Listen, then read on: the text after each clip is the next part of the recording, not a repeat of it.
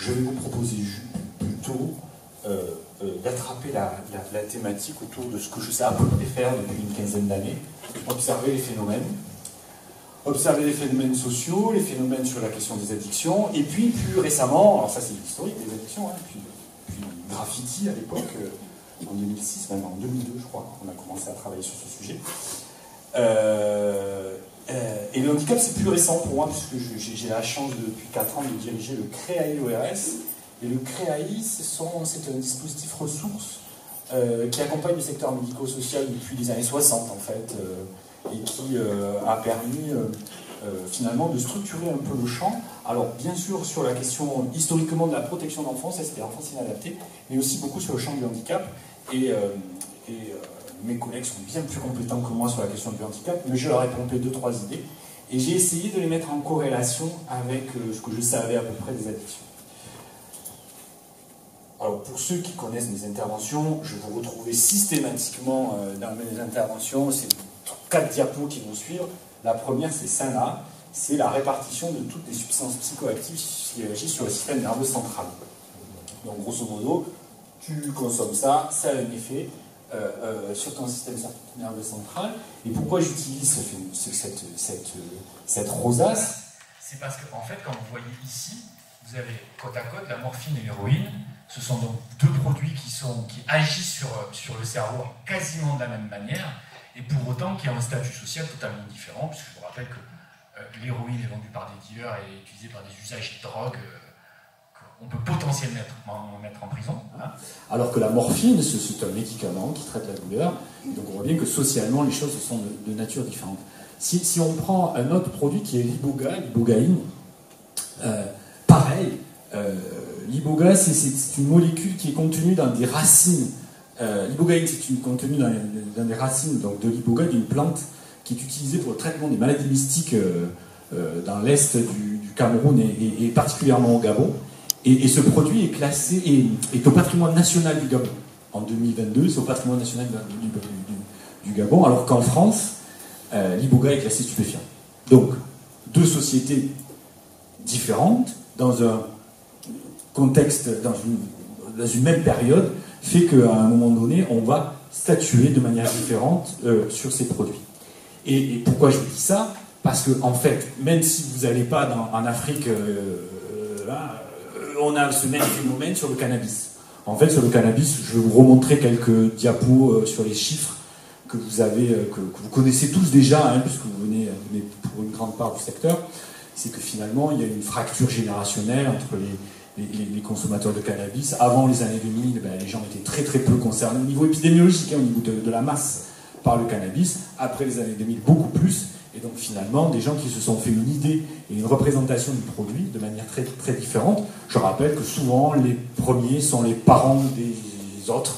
Et donc ça peut créer des clivages. On peut avoir des représentations de toute façon très différentes selon les générations par rapport au cannabis. Pourquoi je dis ça? Parce qu'une fois qu'on a posé ça, on peut se dire que l'intervention en toxicomanie, moi je dis ça, l'intervention en toxicomanie, j'en parle encore. Voilà. Je trouve que c'est intéressant, l'addicto, vous allez... Alors je suis désolé pour les addictologues et tout ça, je trouve que c'est un concept un peu fourre-tout, je m'en expliquerai tout à l'heure encore une fois, même si je trouve que c'est très intéressant hein, pour l'existence de cette discipline dans notre société, mais voilà, j'aime bien cette notion d'usage, d'abus d'usage, de dépendance, de toxicomanie, je le répète, au sens castelien du terme, j'y reviendrai. Et donc finalement, c'est un vrai sujet pour intervenir auprès des personnes qui sont concernées par les usages, c'est d'essayer de ne pas penser à sa place, mais d'essayer de comprendre la manière dont il a de penser un produit, parce que vous imaginez bien un Gabonais, quand il va consommer l'iboga, il ne va pas la penser de la même manière que quand vous êtes confronté avec l'iboga. Et c'est pareil pour les adolescents qui consomment du cannabis. Ils ne vont pas le penser de la même manière, ils ne vont pas avoir une même sémantique, une sémiotique du cannabis. Elle va être différente de leurs parents, voire de leurs profs. Même si parfois elles prennent des fumes du cannabis. Voilà. Une fois qu'on a dit ça, alors, je ne rentre pas dans les détails, je suis désolé pour ceux qui m'ont déjà entendu sur ce sujet, mais il me semblait que c'était important, parce que vous comprenez que là, ce que je suis en train de positionner, c'est que finalement, les drogues en tant que telles n'existent pas, c'est ce qu'en font les humains. Hein, depuis qu'Homo sapiens et sapiens, ils consomment des produits psychotropes, sauf qu'il a plusieurs modalités d'utilisation. Et vous allez voir, le handicap, on a ce vrai sujet. C'est quoi être en situation de handicap dans notre société? finalement? Est-ce que c'est déterminé par les personnes ou est-ce que c'est déterminé par l'environnement des personnes? Et la définition écologique du handicap que je vais vous proposer après doit être mise en perspective sur ce sujet.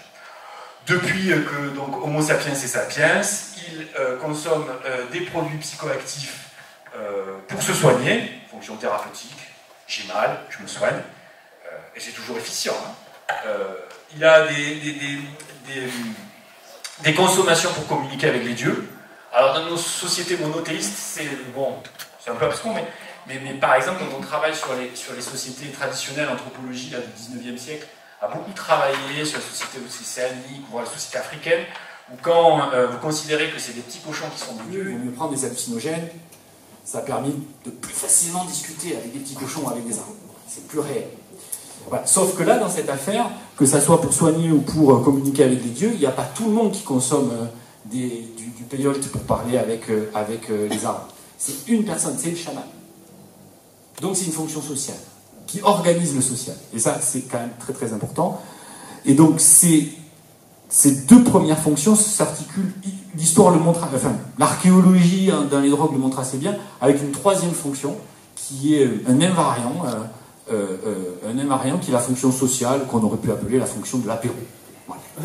Depuis que société est, surtout si c'est des homo sapiens mâles, ils se réunissent et consomment des produits psychotropes pour créer du social.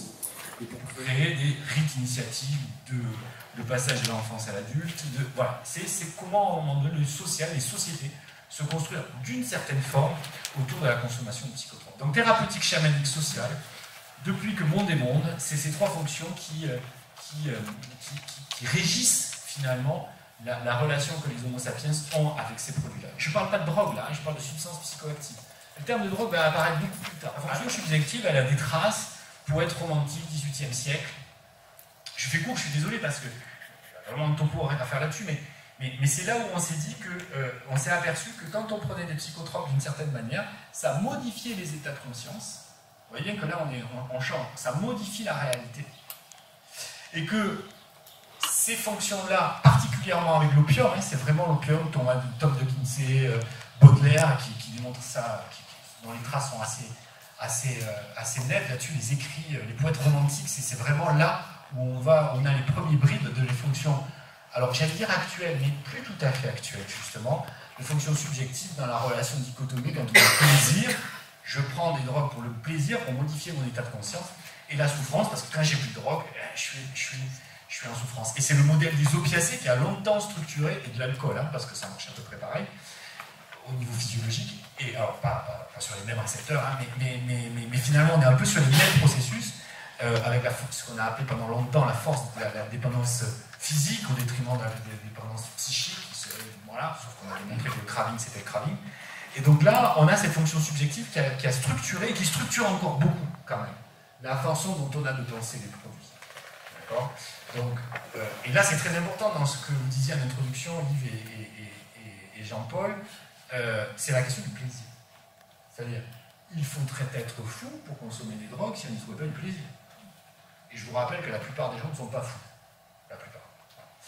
Donc là, il y a un vrai sujet d'essayer de comprendre pourquoi les logiques de consommation sont là. Et la grande différence avec les trois fonctions préalables, c'est que c'est des fonctions individuelles. Je peux prendre des drogues dans mon coin. Je peux prendre des drogues dans le rapport que j'ai avec moi-même et par rapport aux états de conscience qui vont être générés par la consommation. Ça, jusqu'aux années 90, 1990, on est sur ce modèle-là, vous le connaissez très bien. Là où les choses vont évoluer, et je pense qu'Ehrenberg est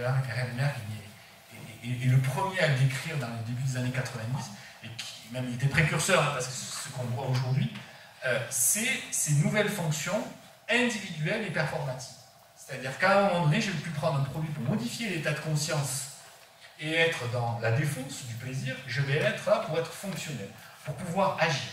Et ça marche à peu près pour tout le monde. Alors bien sûr, on a la figure du VRP, usager de cocaïne pour aller bosser, mais on peut utiliser la même chose pour peut-être un professionnel à NESAT qui, pour aller se motiver, va prendre quelque chose pour fonctionner, ou va jouer sur son traitement psychotrope, ou va fumer du cannabis.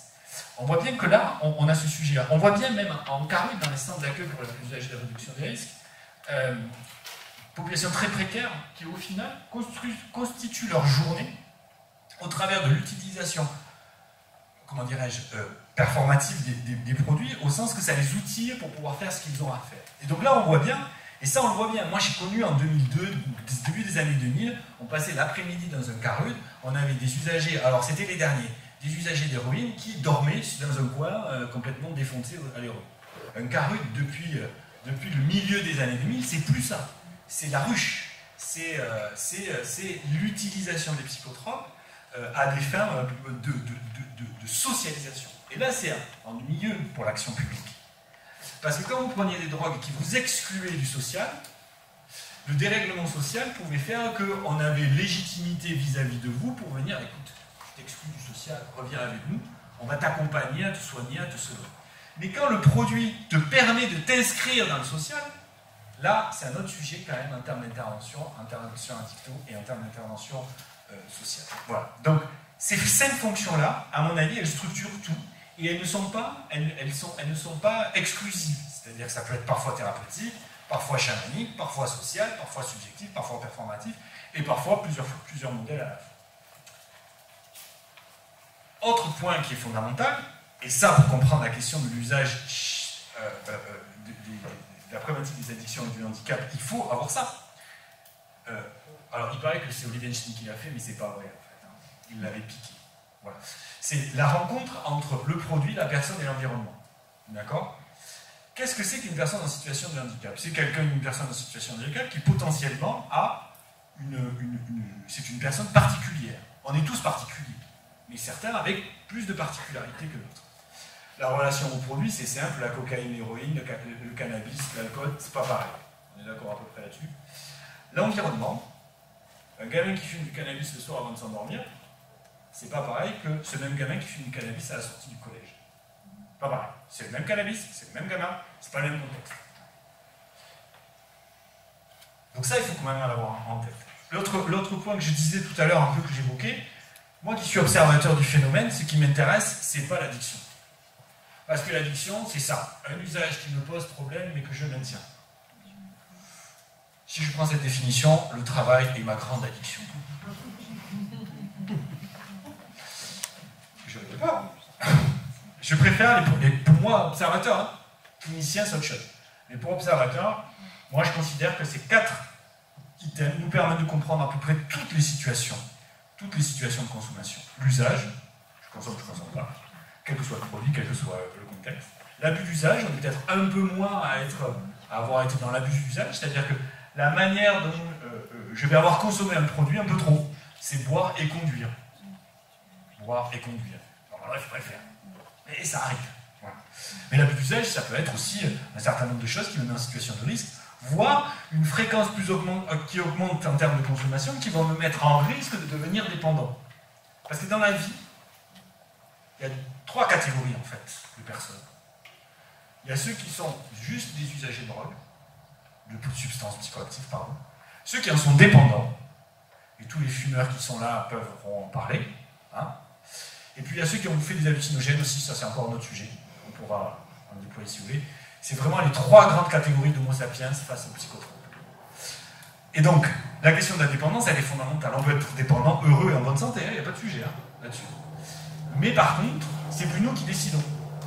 Et pareil, en termes d'intervention sociale, c'est plus compliqué. L'intervention, oui, sociale, auprès des publics, c'est pas la même de discuter avec des gens qui sont en situation d'usage ou d'abus d'usage, et finalement, un travail de prévention, de promotion de la santé, voire éducatif, permet d'influer les trajectoires, alors que quand on est dépendant, on est dépendant. N'est-ce pas, les fumeurs? Voilà.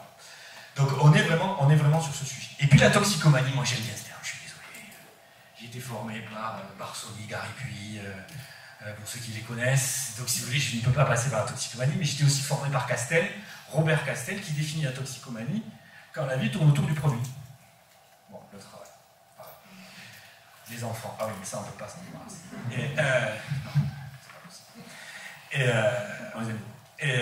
Donc, on voit bien que là, c'est pas du tout la même chose de pouvoir identifier les problématiques des personnes en situation de handicap, s'ils sont dans l'usage, dans l'abus d'usage, dans la dépendance, ou quand leur vie tourne autour du produit. On voit bien que ça ne marche pas de la même manière. D'accord ? Est-ce que les gens qui travaillent auprès des personnes en situation de handicap sont en capacité de faire ces différenciations-là ? Pas sûr. Donc je pense que vous avez du pain sur la planche. Hein ? Une aide à domicile qui travaille dans un SAVS à domicile, quand elle va voir une personne en situation de handicap consommer de l'alcool, son premier réflexe, qui est totalement intuitif, c'est de prendre la bouteille et de la vider. Si on lui dit « Ouais, c'est bien parce que tu as agi, mais tu as fermé la parole », est-ce que par exemple, on ne pourrait pas proposer au monsieur ou à la dame de faire une barre sur la bouteille de vodka pour savoir qu'est-ce qu'il aura bu demain matin? On fait une barre, comme ça. Et le lendemain, on refait une barre en dessous pour voir qu'est-ce qu'il a consommé. Et là, tout d'un coup, on compte. Donc déjà, on est dans la réduction des risques. Et là, tout d'un coup, il y a des choses qui peuvent se penser et qui peuvent se faire agir. Mais ça ne peut passer que par cet travail auprès des professionnels. Là, l'aide à domicile, elle ne devient pas addictologue, elle ne devient pas un expert de l'addictologie, mais elle a un outil tout simple pour pouvoir essayer de rentrer en interaction, de repérer, c'est ce que vous évoquiez tout à l'heure, parce que repérer, c'est un grand mot, moi je me souviens, au réseau, Francine, Paul, quand on avait rencontré, ah oui, mais repérer, oui, je veux bien vous repérer, j'en fais quoi? Hein? Si j'ai fait émerger la demande, c'est qui se débrouille? Hein? Bon. Et donc là, il faut voir bien travailler sur des continuums entre le repérage et l'action. Donc, sur l'handicap, quand même, il faut dire quelque chose. Parce que la figure qu'on a des personnes en situation de handicap de notre société est très conditionnée par rapport à la manière dont, historiquement, on a pensé le handicap. Je ne parle même pas de la santé mentale et des fous. Je vous rappelle, les fous, on les a mis de l'autre côté de la Garonne à Toulouse. Il y a longtemps, très longtemps. Hein, Hôtel-Dieu, tout ça, machin. Les personnes en situation de handicap, on les a mis au fin fond du Gers. Dans une bâtisse, voilà. Ou de la Lozère. Oui, alors, oui, si vous êtes d'accord. Voilà. Je m'y fais. Donc, on a une définition qui est assez simple. C'est celle de la loi de 2005. C'est celle, à mon avis, la plus cohérente, la plus récente, mais on va y revenir. Constitue un handicap au sens de la présente loi, toute limitation d'activité ou restriction de participation à la vie en société subie dans son environnement par une personne en raison d'une altération substantielle, durable ou définitive d'une ou plusieurs fonctions physiques, sensorielles, mentales, cognitives ou psychiques, d'un polyhandicap ou d'un trouble de la santé invalidant. Vous voulez toujours travailler sur le handicap? Il y a un spectre qui est immense. C'est-à-dire qu'il n'y a pas un handicap, il y a des handicaps avec un S. Et on va voir que ça, sur la question des drogues, c'est extrêmement déterminé. Moi, j'aime bien la notion de vulnérabilité. J'aime bien la notion de vulnérabilité plus que celle de handicap. Parce qu'handicap, c'est reprendre la notion de la cloisonnement, l'action publique pour les personnes précaires, l'action publique pour le handicap, l'action publique pour les fous, voire pour les usagers de drogue. Faut-il qu'il y ait une action publique pour les usagers de drogue? Enfin, souvent, elle est faite pour ceux qui ne consomment pas. Je vous rappelle, ça marche toujours un peu comme ça. Hein, on y reviendra si vous voulez. Et donc, moi, les termes de vulnérabilité me plaisent bien. C'est le degré avec lequel une population, un individu, une organisation est incapable d'anticiper, de s'adapter, de résister ou de sortir des impacts des catastrophes. Grosso modo, je suis face à mon monde et je n'arrive pas à le maîtriser. On est là-dessus. Et que finalement, je subis un peu tout ce qui se passe autour de moi. L'autre notion qui m'intéresse aussi, c'est cette notion d'autonomie. Elle m'intéresse, mais je la critique. Dans le sens où, c'est quoi l'autonomie? 3 ans et demi, elle met ses chaussettes, est-elle autonome? Partiellement. Je suis un usager, je suis une personne en situation de handicap, polyhandicap, tétraplégique, je veux boire des coups avec mes copains, comment je fais? C'est les copains qui me donnent à boire. Oui. Est-ce que je suis autonome? Parce que c'est pas moi qui bois, c'est les copains. Ah, voilà. Des sujets comme ça qui sont intéressants à traiter. Et donc là, on a vraiment cette notion d'autonomie et cette notion de vulnérabilité. Et puis, on a eu un souci quand même, on a un vrai souci dans le champ du handicap, c'est qu'en fait, on a pensé le handicap autour de la notion de maladie. Sauf que la maladie, pendant longtemps, on a pensé le handicap, on a filé le handicap aux médecins, qui voulait guérir les personnes en situation de handicap. Sauf que quand, par exemple, on est en situation de polyhandicap, c'est un échec total. C'est-à-dire que la guérison n'arrive pas. Elle n'arrive pas. Et donc là, c'est plus être guérir, mais c'est vivre avec le handicap. Et donc, toutes les politiques de compensation du handicap, je vous rappelle que les personnes âgées, elles, progressivement deviennent dépendantes, on le sera tous, hein, dépendants, ça génère la dépendance pratiquement autant que le handicap. Mais pour autant, on ne compense pas. C'est eux qui payent l'EHPAD. Hein, alors que pour les personnes en situation de handicap, c'est pas ça. Donc là, on a un vrai sujet. Et donc, au final, le modèle de la maladie, le modèle médical de la maladie, qui a pensé d'abord le handicap autour d'un projet de guérison, a nié pendant longtemps, et ça a évolué, les conséquences de la maladie. Les conséquences de la maladie chronique, des traumatismes et à distance d'une phase aiguë. C'est comment on vit avec une incapacité. Et au final, la classification internationale des années 80 va poser ces trois grands critères. La déficience, l'altération d'un organe ou de ses fonctions, quelle que soit l'anatomie, physiologie ou psychologie. L'incapacité, toute réduction partielle ou totale de la capacité d'accomplir une activité d'une façon, dans des limites considérées comme normales pour un être humain, en termes de normal, ça pique. Le désavantage, la conséquence néfaste de l'interface entre la déficience et l'incapacité d'une part et l'exigence de l'environnement d'autre part. Ça m'intéresse un petit peu plus, la notion d'environnement.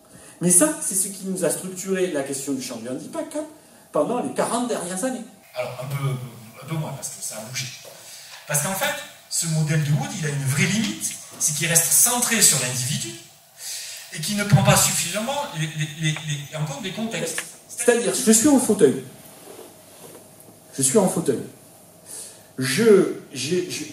J'essaye d'attraper le sel en haut du placard. Si le sel est en haut du placard, je ne peux pas attraper le sel puisque je suis en situation de handicap. Mais si j'appuie sur un bouton et que le sel descend jusqu'à moi, j'ai plus cet handicap. Donc on voit bien que la question n'est pas de savoir quelle est la capacité que j'ai mais comment l'articulation entre mes capacités et mon environnement s'articule pour pouvoir être dans la possibilité d'être finalement autonome. Et c'est là où se joue le modèle écologique du handicap. En plus, vous connaissez tous qui viennent de traduction, ça stigmatise un peu les gens. Hein, ah ben toi tu peux pas. Ben si je peux, mais il faut juste s'adapter en fait. Et donc c'est vrai que j'ai dit 40 ans, mais plutôt 30 ans, puisque les 10 dernières années, on a changé. On a élargi la focale, et on a travaillé, on a pensé le handicap autour d'une approche plutôt systémique. Alors bien sûr, les particularités individuelles, les fonctions organiques et les structures du corps. Ce que j'ai à faire, l'activité des participations, là où je veux aller, et je vous rappelle quand même que la volonté de la politique de l'inclusion, ce n'est pas que le droit de vote, c'est la capacité, tu le disais tout à l'heure, de pouvoir venir dans une réunion comme ça, de pouvoir venir au CREA-ORS à Toulouse où il y a 6 étages sans ascenseur, une catastrophe. C'est là où, à un moment donné, on a quand même ce sujet-là. Donc des facteurs personnels et des facteurs environnementaux. Et finalement, on est sur un état de fonctionnement et de handicap d'une personne et le résultat de l'interaction dynamique entre son état de santé et les facteurs contextuels. Pourquoi je dis ça? Parce qu'en fait, quand vous faites une politique publique, pour revenir à notre question des drogues, quand vous faites une politique publique de prévention sur les drogues, sur la consommation, d'accord? Il faut s'assurer que le message que vous faites passer est compris par la population. Mais si, en l'espèce, vous faites passer un message qui n'est pas traduit dans la langue des signes, par exemple, comment ils font, les gens, en fait, qui ne peuvent pas avoir accès à l'information? Ça, c'est l'accès à l'information. Et après, il y a, par exemple, pour les déficients intellectuels, pour des déficiences, on a le sujet de savoir s'ils ont eu l'information et s'ils ont compris. Parce que le problème, c'est pas de donner l'information, parce que ça vient du collectif. On va donner l'information, on va y arriver à donner l'information. Ce qui est très important, c'est de savoir si les gens ils ont compris. Alors, pour les personnes en situation de handicap, mais pour les autres aussi. Hein. Mais là, d'autant plus, on a ce sujet. Donc, une approche écologique du handicap, ça permet de décrire des situations relatives au fonctionnement humain et aux restrictions qu'il peut subir, et envisage le fonctionnement d'un point de vue du corps de la personne et des capacités des personnes. L'idée, c'est pas de savoir les incapacités, mais c'est de travailler sur les capacités. Les gens qui interviennent dans la santé mentale le savent bien. Maintenant, on travaille plus sur les déficiences, on travaille sur la capacité, la capacité des personnes à pouvoir s'inscrire dans le social, à pouvoir s'inscrire dans le travail, à pouvoir s'inscrire dans leur propre santé, dans leur appropriation de la santé. L'éducation thérapeutique, c'est évoqué là, mais on est là-dessus. Le problème de l'éducation thérapeutique, c'est que c'est souvent pour des gens qui sont plutôt aisés, plutôt dans des capacités culturelles, comme dirait Bourdieu, relativement fortes. Et bon, bien sûr, il y a un travail à mener pour que ça soit plus démocratisé, mais c'est exactement ça. C'est la capacité de l'individu à se prendre en soin. Et parce que finalement, là, on n'est pas loin de l'autonomie. Comme un temps en retard, je passe un peu vite là-dessus, vous l'aurez. Juste trois petites diapos quand même que je voulais montrer pour revenir un peu sur les drogues. Parce qu'en fait, les personnes en situation de handicap, ils sont là-dedans. Ça, c'est grosso modo toutes les dernières données, là, 2022 de l'OFDT, qui sont publiques sur leur site internet. Sur l'évolution du phénomène, je vous rappelle qu'en France, on a un phénomène épidémiologique, et après on a un phénomène tout à fait réduit en termes de prévalence. Et ce phénomène épidémiologique, il concerne le tabac, l'alcool et le cannabis, et que finalement l'accessibilité de drogue par la loi, la régulation des drogues par la loi, la régulation de l'accès aux drogues par la loi est tout à fait relative pour le cannabis. Pour le reste, ça marche plutôt bien. Les dernières données, c'est ce que je disais en aparté. Bon, moi qui observe le phénomène depuis 2006, grosso modo, ça baisse. C'est-à-dire que les expérimentations baissent, c'est des données pour les principaux produits à ça baisse, c'est-à-dire que la politique publique et le travail de la prévention universelle fonctionnent. Là où on est ennuyé, c'est là. C'est que ça baisse pas. Les usagers importants, intensifs, fréquents, les usagers à risque, eux, ils ne baissent pas. Ils n'augmentent pas non plus, mais ils ne baissent pas. Donc là, on voit bien qu'il y a une politique publique à adapter, continuer ce qu'on fait, c'est-à-dire que l'expérimentation baisse, et ça a un effet, hein, c'est clair et net. Mais par contre, continuer à agir sur les besoins, les populations les plus en besoin, avec les plus grandes vulnérabilités, et donc de graduer encore plus l'action publique. C'est pas pareil d'être un jeune dans un QPV, quel que soit l'Occitanie, quel que soit le territoire occitan, ou de ne pas être dans un QPV. L'accès, c'est pas le même. La relation, l'éducation, le rapport au monde n'est pas la même. La projection dans l'avenir n'est pas la même. Il faut continuer à travailler sur ces sujets-là, et je sais que beaucoup ici le font.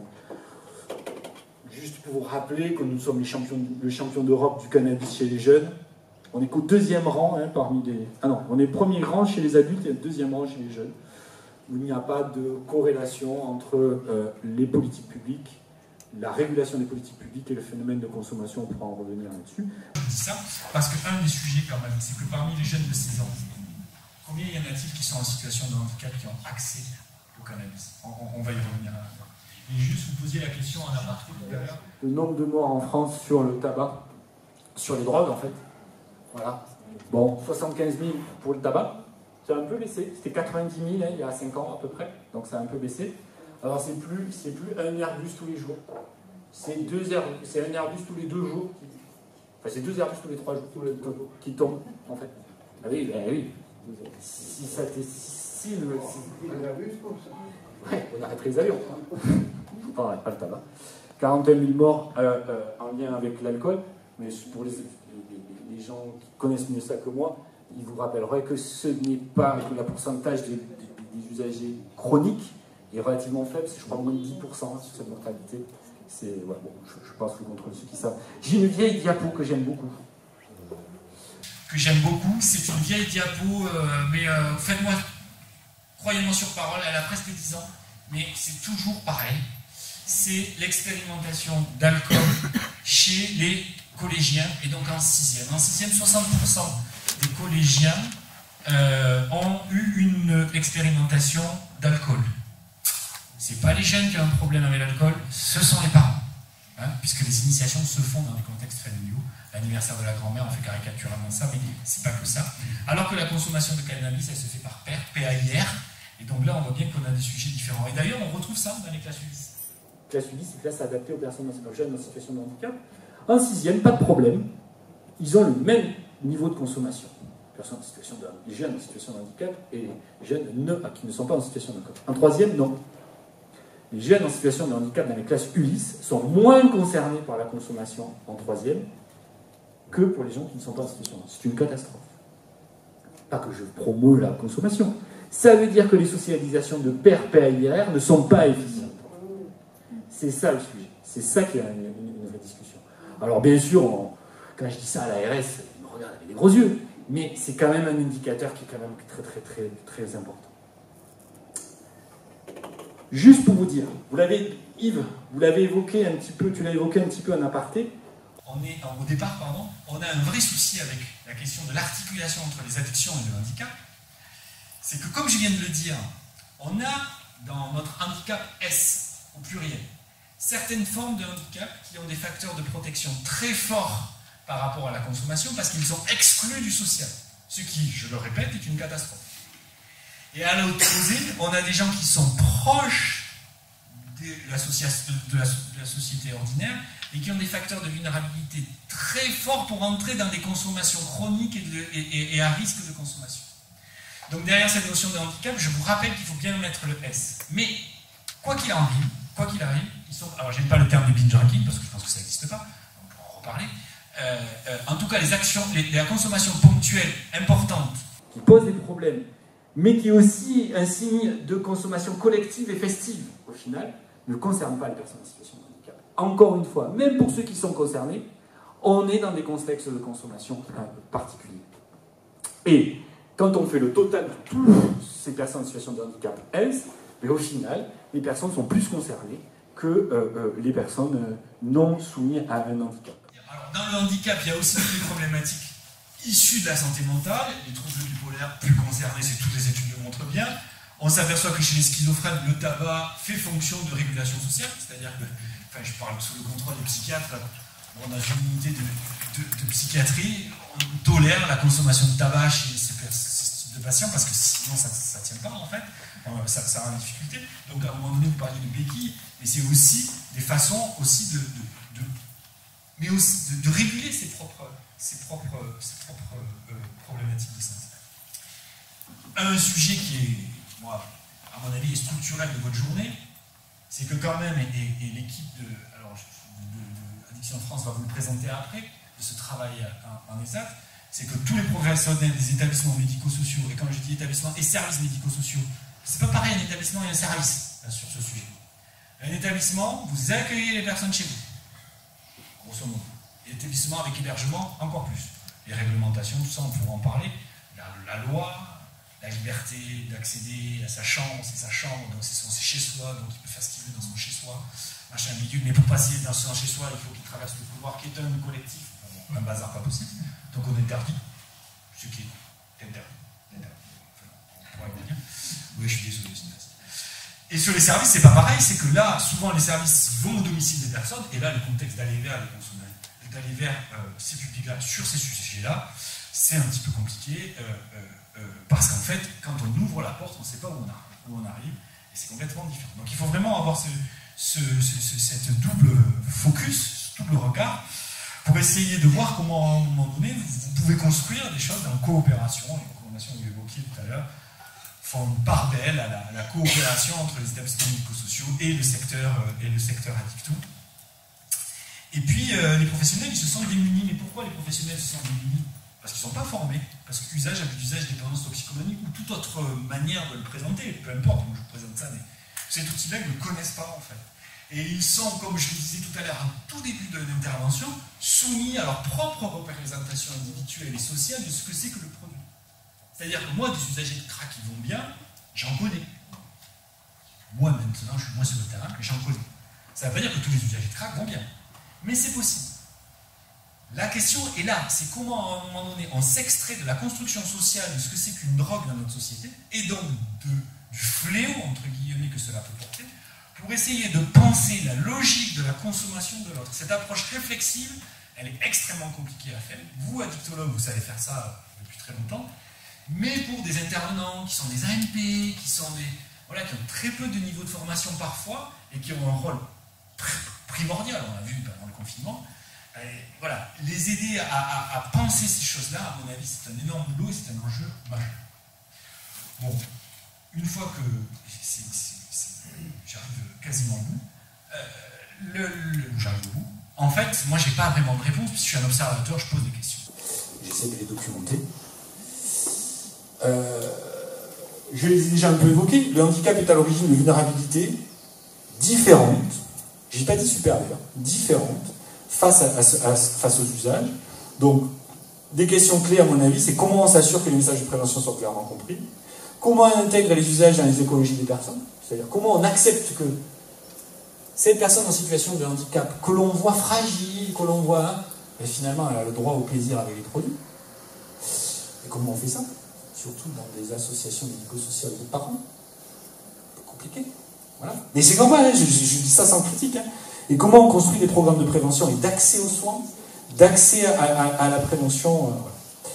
L'idée, c'est aussi, la question aussi que je me pose et que je vous pose, c'est que faire en tant que professionnel accompagner les personnes en situation de handicap, et que faire si je suis un acteur de la dictologie?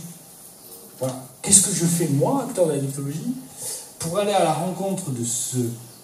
On peut le déplorer, mais c'est ça. Un milieu particulier, qui est le champ du handicap. Et comment je construis les choses? Alors, il y a plein de choses qui se construisent, hein. Il y a plein de choses, hein. Mais comment, à un moment donné, ça se structure? Et finalement, c'est pas très vieux, hein. Je me souviens, en 2018, il y a eu une première journée sur l'addiction au handicap, faite avec le CREAI et l'ANPA à l'époque, pardon. Mais un tout petit bout de machin, hein. Et puis ça a mis vraiment du temps. Alors, il y a des choses, des initiatives qui sont faites, des programmes, des programmes, mais par rapport aux besoins, on est quand même loin du compte. Peut-on considérer que l'accès aux substances psychoactives est un bon marqueur d'inclusion? Moi, je crois que oui. Je pense que le critère qu'on devrait avoir sur l'inclusion, ce n'est pas la scolarisation des enfants, mais c'est leur consommation expérimentale de cannabis. Peut-on considérer que les personnes ont des capacités de choix? C'est-à-dire que si vous considérez ça, vous pouvez agir sur ces choix. Mais si vous considérez qu'ils ne font pas de choix, ben comment vous faites pour travailler avec eux sur la question de la réduction des risques et sur la prévention? Pas possible en fait. Donc les personnes en situation de handicap ont des capacités qui sont parfois relatives, mais ils ont des capacités, travaillons avec ces capacités. Et puis posons alors aussi la question de ceux qui veulent faire, de comment ils voient les trucs, machin. Je sais, alors je répète, je viens de travailler dans pas en Lozère, je crois d'ailleurs, qu'il y avait eu un gros travail sur... Non mais je le dis, ça me vient tout d'un coup, j'y avais pas pensé, mais il y avait un gros travail à Lozère sur ce que les personnes en situation de handicap proposaient pour leur propre promotion de la santé et leur propre parcours leur propre parcours au travers de la question de l'addiction. Et puis voilà, la dernière question, c'est peut-on autoriser les personnes en situation de handicap de prendre du plaisir avec les bornes? Moi j'ai la réponse. Mais moi je suis un observateur, je ne suis pas un clinicien. Donc voilà. Voilà ce que je voulais vous dire ce matin. Je me posais une question. Le champ du handicap s'est beaucoup investi sur l'articulation entre handicap et vie sexuelle. Il y a quelque temps, est-ce que tu penses qu'il y a des corrélations qui peuvent se faire? Alors, il faut rappeler deux trucs quand même là-dessus. C'est que la loi de 2002 oblige les établissements médico-sociaux dans le champ du handicap à travailler sur la promotion de la santé, sur 4 axes. La nutrition, les addictions, la vie sexuelle et affective, et le dernier, je ne sais plus. Et ces 4 axes ont constitué un bout de politique publique qui a été relayé par certaines ARS, celle de LR plus que celle de Midi-Pyrénées à l'époque, et qui fait qu'à un moment donné, il y a des choses qui ont pris et des choses qui n'ont pas pris. Sur les risques... donc c'est pour ça que je mets en corrélation ça, parce qu'en fait, la vie sexuelle et affective est venue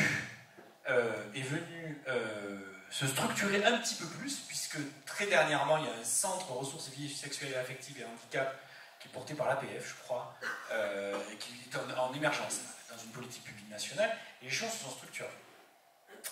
Mais au final, moi, ce que j'en pense, en fait, c'est que oui, c'est très en lien. Je pense que finalement, globalement, on a accepté, même si c'est encore compliqué, que les personnes en situation de handicap aient des rapports sexuels.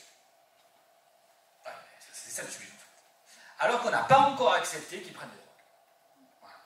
Et là, le sujet, il est là. Et je pense qu'on est là-dedans, parce qu'en fait, des rapports sexuels, c'est emmerdant, ça fait des enfants, et que ces enfants-là, il faut les gérer après. Voilà. Je le dis très directement, mais je pense qu'on a un sujet qui est comme ça. C'est-à-dire que là où je pense qu'il y a un sujet à monter, c'est de travailler, mais c'est un peu ce qui commence à se faire. Mais je pense qu'on est au bribes là. Monter des dispositifs qui permettent de faire émerger la problématique usage pour les personnes en situation de handicap. Donc de fait, on pourra construire des politiques publiques plus adaptées. Et ça va prendre du temps. Et je rappelle juste que sur vie sexuelle et affective, c'est parce qu'il y a eu aussi un très gros lobby au niveau national que des choses ont pu se structurer. Mais c'est tout petit, hein. À l'échelle de la région, il se fait plein de choses partout. Hein. Il se fait plein de choses partout. Mais ce centre ressources, c'est 100 000 € pour la région Occitanie. Donc c'est tout petit en fait. C'est tout petit. Et l'enjeu est majeur parce que il est. Alors je l'ai dit très, très brutalement et de manière très provocative, triste, mais les professionnels sont extrêmement alignés avec cette affaire. Parce qu'en fait, il y a la question du consentement, il y a la question des relations du collectif, il y a beaucoup de choses. Mais ce que je regrette, c'est qu'au final, sur les addictions, on n'a pas encore... Les professionnels ne sont pas trop... commencent à être bouleversés par la question des produits. Et d'ailleurs, je crois que ça sera présenté après, l'évolution des publics à l'intérieur des ESAT, par exemple. Ça change quand même pas mal la donne, parce que, de ce que j'en comprends, les personnes... une sorte de nouveau public des ESAT, pour dire rapidement les choses, mais ça sera explicité après, donc... fait qu'on a des populations qui sont plus concernées par des usages d'alcool, mais aussi de produits stupéfiants type cannabis et tout ça, qui mettent en difficulté les choses. Et c'est pensé souvent sur le problème de distorsion de l'organisation, et après du côté de la santé. Voilà. Donc, voilà. Mais, tout à fait, Jean-Michel, pour moi, il y a de vraies correspondances. Bonjour, merci. Camille Pontet, je travaille dans le domaine des addictions, disons, à Toulouse. Merci beaucoup, Guillaume, j'ai été très intéressée par ta présentation. J'ai été interpellée à la fois par la notion de choix des personnes, celle du droit de cité aussi, parce que tu parlais du fait que les personnes handicapées n'étaient peut-être pas tellement présentes dans la cité. En tout cas, à Toulouse, je trouve qu'elles ne sont pas tellement visibles. Et je me demandais s'il y avait un mouvement militant, ou en tout cas d'autosupport des personnes handicapées, si c'était des choses qui existaient ou pas du tout, parce qu'en tout cas, ça m'a fait penser à ça, côté usage de drogue. La transformation du champ de la vulnérabilité vers la capacité, les approches capacitaires sont de plus en plus présentes dans le champ du handicap. Et il y a de grandes révolutions dans le champ du handicap, c'est là, maintenant, là, sur les 3, 4, 5 dernières années et les 4, 5, 10 prochaines années, il y a une vraie transformation de la façon dont on a pensé le handicap. Je vous rappelle que la France a été condamnée par tout le monde sur la façon dont la société a accompagné les personnes en situation de handicap. Bon, donc après des associations militantes, oui, mais là où il y a un sujet, c'est que c'est souvent des associations de familles. Au contraire, je pense que les familles pour les personnes en situation de handicap ont fait énormément, d'ailleurs pour structurer le champ, enfin voilà. Voilà. Mais ce n'est pas les personnes concernées. Et je me bats beaucoup là-dessus. Je pense qu'il est très important d'entendre la parole des familles dans le champ du handicap, mais aussi et surtout d'entendre les personnes en situation de handicap, quelle que soit leur capacité. Quelle que soit leur capacité. La communication est à la fois un sujet sans être un sujet. C'est-à-dire qu'on est en capacité aujourd'hui de communiquer avec quasiment toutes les personnes en situation de handicap. Quelles que soient les déficiences psychiques, motrices, le polyhandicap. Voilà, on a fait un film pour les journées masse femmes avec des personnes qui avaient des gros problèmes d'élocution, mais c'est pas grave, on est arrivé à construire des choses comme ça. Et donc là, il y a un vrai sujet, et je pense que le gros sujet dans le secteur, c'est la transformation, c'est pas la transformation, mais c'est le rééquilibre de ce qu'on appelle les conseils de vie sociale. Qui au final sont des espaces pour les personnes concernées, et qui ne sont pas forcément investis de la bonne manière, de mon point de vue, globalement, et je ne parle pas des... Et là, je pense qu'il y a un vrai sujet. Après, des institutions d'autosupport, la logique du handicap n'est pas la logique des usagers de drogue. C'est pas la même chose. On ne met pas en prison des personnes en situation de handicap parce qu'ils ont fait tel ou tel acte. Enfin, si, mais c'est pas leur stigmatisation qui les met en prison. Donc, si tu veux, les processus militants et de construction d'autosupport ne peuvent pas être de la même manière. Pourtant, tout ce travail de déstigmatisation, Black is Beautiful, toute cette politique-là, toutes ces actions-là, elles émergent un peu dans le handicap, beaucoup dans la santé mentale, et on peut s'en réjouir, hein, tout ça. Et donc là, voilà, on a une société enfin, une structuration qui n'est pas tout à fait de la même manière que dans le champ du handicap, que dans le champ des drogues ou de la santé mentale, mais les choses quand même évoluent, à mon avis, de manière assez favorable.